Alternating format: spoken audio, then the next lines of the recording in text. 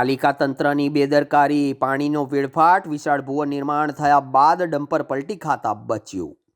વડોદરા મહાનગરપાલિકાના ચૂંટણી ward number 19માં સતત છેલ્લા કેટલાક દિવસથી સર્જાયેલી ઘટનાઓએ નગર નિગમની બેદરકારીને ફરી એકવાર ઉજાગર કરી છે. આ જ વિસ્તારમાં પાણીની લાઇનમાં લીકેજના કારણે હજારો લીટર પાણી વેડફાયું હતું અને તેવામાં આજે અચાનક વિશાળ ભૂવો થઈ જતા લોકોમાં ભય ફેલાયો છે. પાણીની લાઇનમાં લીકેજના કારણે જમીન અંદરથી ધસી જતા રસ્તો હવે ખોખલો થઈ ગયો છે.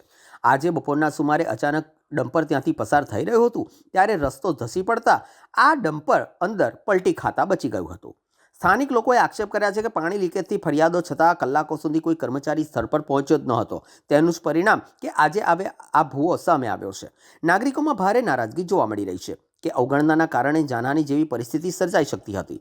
સ્થાનિકોએ માંગ કરી છે કે આવી બેદરકારી સામે પગલાં લેવા જોઈએ અને વિસ્તારમાં તાત્કાલિક ગુણવત્તાસભર મરામત કરાવવામાં આવે.